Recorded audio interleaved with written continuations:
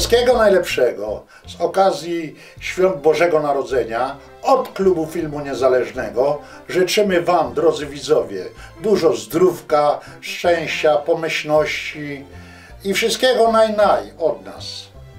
Ja też życzę wszystkiego dobrego w nadchodzących świętach, dużo zdróweczka, pomyślności, smacznej rybki, smacznej moczki i wszystkiego, czego tylko sobie zapragniecie.